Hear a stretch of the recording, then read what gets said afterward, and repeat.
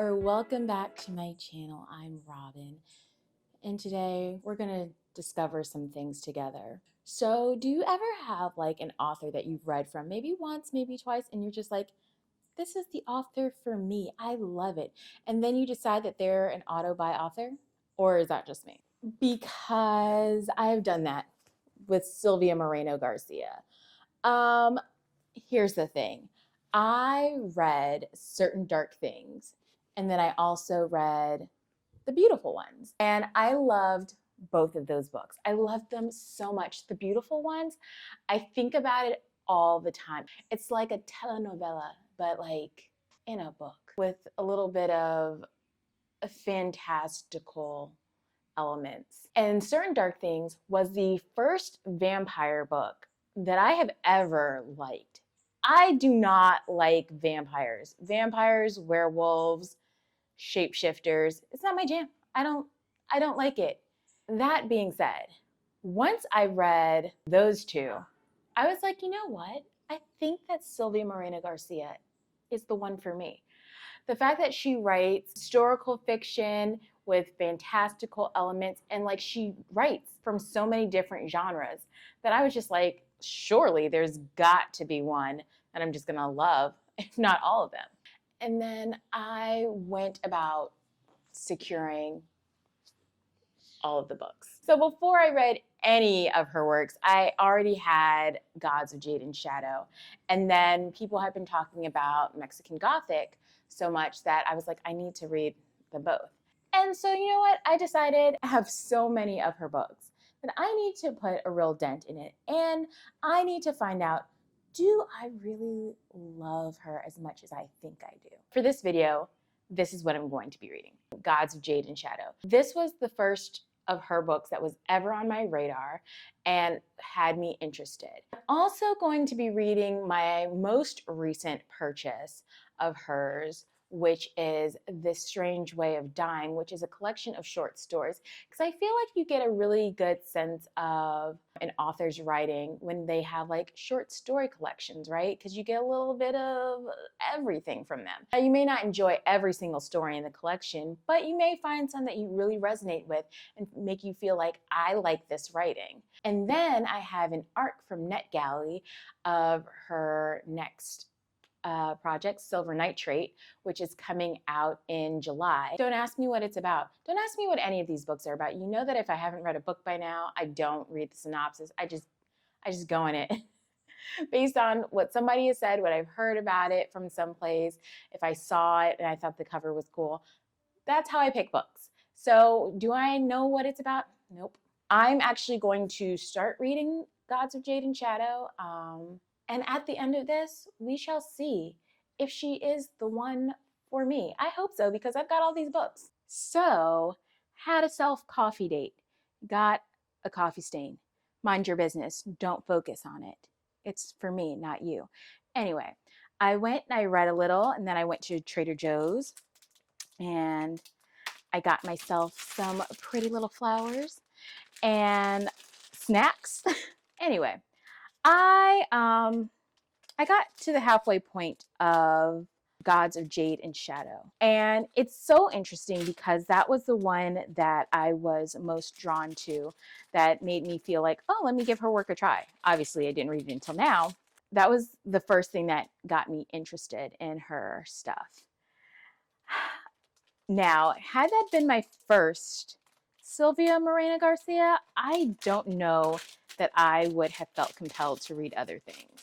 But it feels like I'm being read a bedtime story. Like, you know, when you were a little kid and you would hear like a folk tale? Is that what it's called? A folk tale? And like, cool, I guess, but I don't know that that's what I came here for. At this point, Cassiopeia is on the hunt with the Lord of Zabalba, and they are trying to hunt down the things that his brother took from him that have made him become this imprisoned person, or this imprisoned god, because gods are not human, as he likes to remind Cassiopeia. And so, like, yeah, they're just on the hunt. Her cousin is after her at this point. He's weird. I don't know what his obsession with her is, because like he just hates her so much. And like, I mean, fine, hate your cousin, or but like, what's the reason? Let's not just hate her for no reason. Like, did she take your spot in the family? You know, I will say what's interesting about this is that while Cassiopeia and the Lord of Zilbaba, I think his name is Hun Kame, while they are traveling together, he is starting to become a little bit more human-like, which is kind of dampening his powers and making him a little less effective, I can tell. So it'll be interesting to see where that all goes. And like, will that affect his overall quest to get back all of the essence, all of his essences? That's where I am so far with this. Again, if this were my first one, I don't know that I would have been like, oh yeah, let's try some others, because it's not giving me the same vibes as certain dark things. And I will say that I am very much enjoying the historical aspect of, I think it's like 1920s Mexico. I think that's like really interesting. And I like how they are talking about the change, and when French and European influences start coming in, and American influences, and how that changes the culture and the landscape a little bit. I think that's really interesting to read about. But the overall story is just kind of dry a little bit. I will be done, so I'll probably be done tomorrow, or yeah, probably tomorrow. And then we'll move on to the next book. Hello. I have got one hell of an update for you guys. I have been forgetting to pick up my camera while I read, and so I've just been reading. But let me catch you up on what's been going on, right? So I finished Gade's Gods of Jade and Shadow. And okay, I'm giving this 3 stars.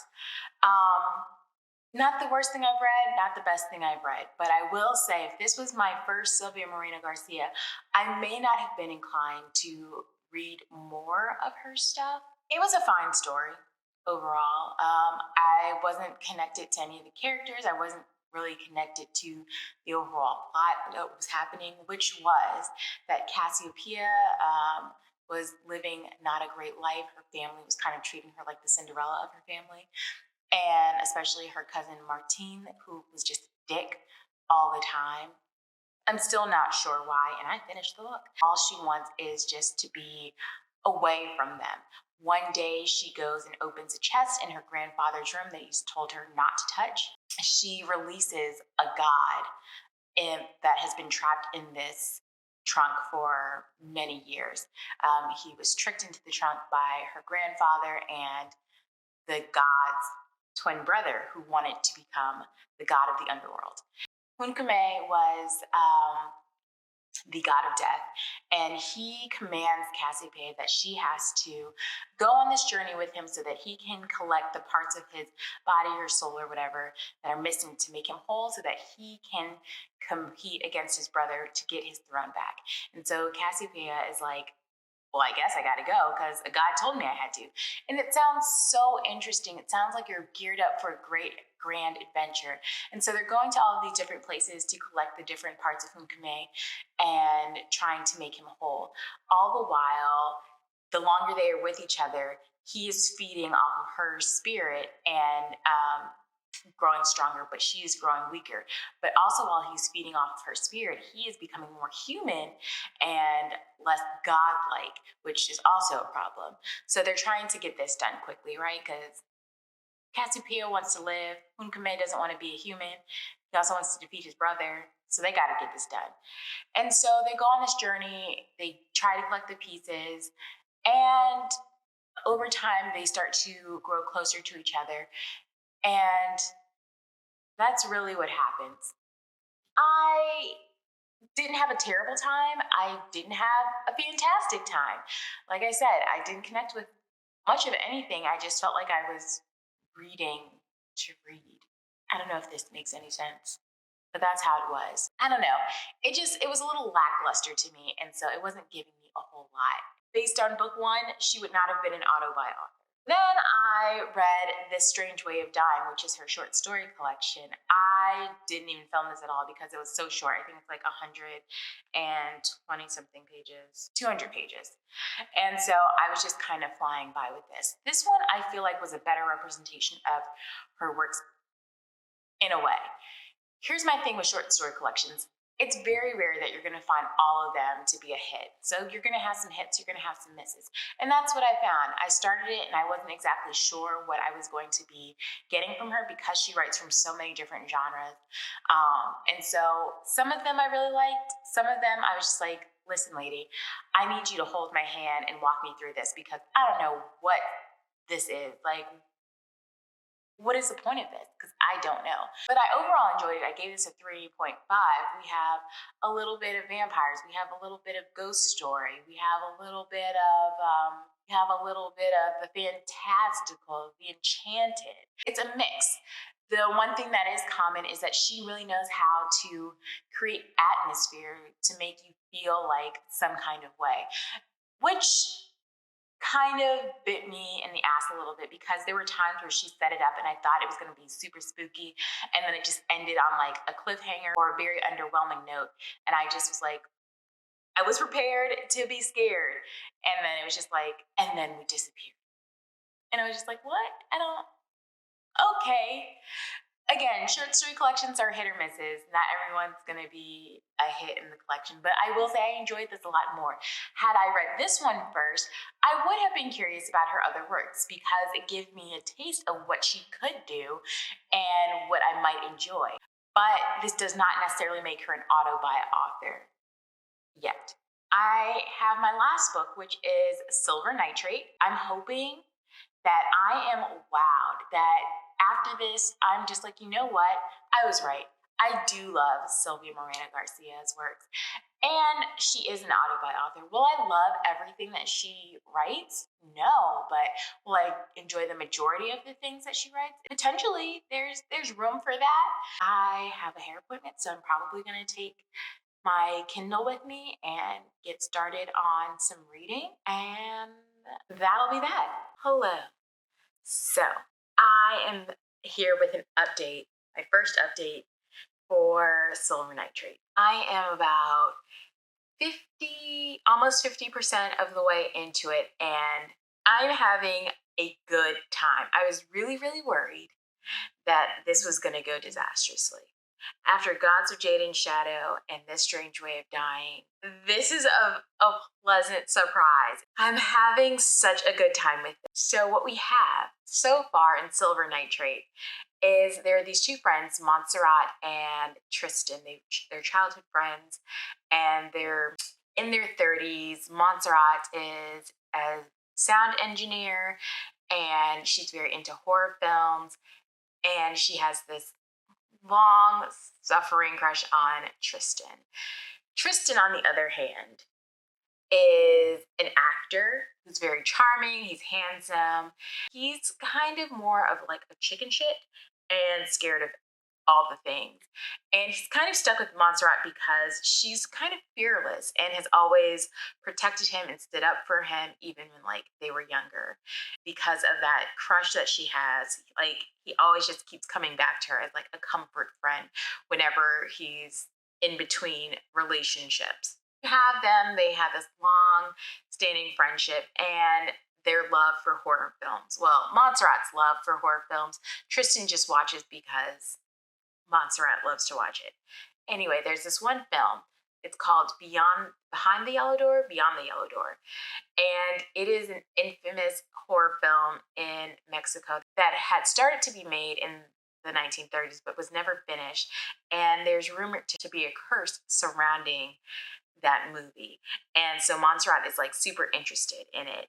One day, Tristan moves into a new apartment. It just so happens that his new neighbor is Abel Yurrieta. He's the director of Behind the Yellow Door. Three of them spark up a friendship, and Abel tells them about how the movie came to be and why it ended. And there was a producer, Ewers, I don't remember his first name, but he was a German Nazi occultist. He gets to Mexico and he has ideas of being grand. He feels that there's a certain component to film that make magic spells even more powerful. There's something that when you have the power of film and audio and then you add the audience, that all three of them combined create a potency to spells and magic. So he goes about setting some of his more powerful spells into this one movie, Beyond the Yellow Door. Everyone attached to the film kind of starts to have bad luck. Abel enlists the help of Montserrat and Tristan and says, hey, and if we can just finish this one sequence of the movie, we can close the circuit on this spell and everyone's luck will change. And so what's a spell for a little good luck, right? And so now I'm at the point where it's just like, where is this all going? Is this all going to come to a head? Viewers, like, past spell making going to catch up with all of them? Does this break the curse? Will they ever break the curse that's attached to this movie? I'm very, very invested in all of the characters in this particular story in Silver Nitrate. I need to know what's going to happen to each one. I need to know if the past is going to have a dire effect on the present. Will they get out of this situation? I am concerned. I will say I have noticed that there is a common thread of like a romance happening in all of her books. I didn't realize it at first, but there's always some type of relationship. Now, whether these people end up together, sometimes they do, sometimes they don't. But there's always somebody who wants someone else, or there's like two people that she has come together in a romantic type of way. The relationships in her books are messy. They're never straightforward and easy. That's my update on this. So we've come to the end. A brief little update on the end of Silver Nitrate. I really enjoyed it, and I was so glad because I was so worried after my other two did not quite live up to expectations. So I think overall I'm going to give Silver Nitrate a 4.5 because it was not everything I wanted it to be. And it wasn't everything I expected because, to be honest, I had no expectations. I thought there would be vampires involved. I thought that there would just be like, I don't know why I thought vampires, maybe the Silver Nitrate part. It gave me the feel of like an old school horror movie, like something from the 70s or 80s where it's kind of cheesy, you know, it's kind of bad, but like it still gets you a little bit. There's still the tense feelings, the unsureness of it all. Like, where's this going? Who do we trust? Who can we trust? And if we trust in that person, will it lead to something that's beneficial for the main characters? Will it end in disaster? And like, you're just never sure. In the beginning, it's not entirely slow, but it's slower paced than the rest of it because you're setting up who Montserrat and Tristan are and their relationship together and their relationship to horror movies, which plays a much bigger role in the rest of the story. And then you get in and it just goes whew, and you are in it. I wasn't sure where the Nazi occultist was going to come in, but it meshed into the story very well. It all made sense. And so I guess the point of this was to figure out, is Silvia Moreno Garcia an auto-buy author for me? And at this point, I would say yes. Will I always enjoy everything she writes? Probably not, because she writes from so many different genres and it's different each time. And so I can't say with certainty that I would enjoy every single book, but can you enjoy with certainty every single thing that somebody comes out with? No. But is she definitely an auto-buy author for me? Absolutely, for sure. 100% yes. While Gods of Jade and Shadow didn't do it for me, This Strange Way of Dying had hits and misses. I think that's representative of what my experiences with her would be. I think some will be great, some will not, but I will always pick up her things. Which leads me to think that I will read the other books that I have. I was unsure. I was like, maybe I should unhaul the other things that I have if I don't enjoy them. But I think I have like 3 other books. I'm reading Mexican Gothic with Ray in October, I believe. And then I have Signal to Noise, which is about 1980s witches and putting spells on mixtapes. And then I have The Daughter of Dr. Moreau, which that one I don't think I will enjoy as much, but the other two I have high hopes for. And I will continue to have high hopes for anything else that she puts out, and I will definitely be getting it when they come out. And so that was the conclusion of this. Do you guys have any auto-buy authors? Have you read any of these books? Were your thoughts different than mine? Let me know. Let's talk about it down below in the comments. And until next time, bye.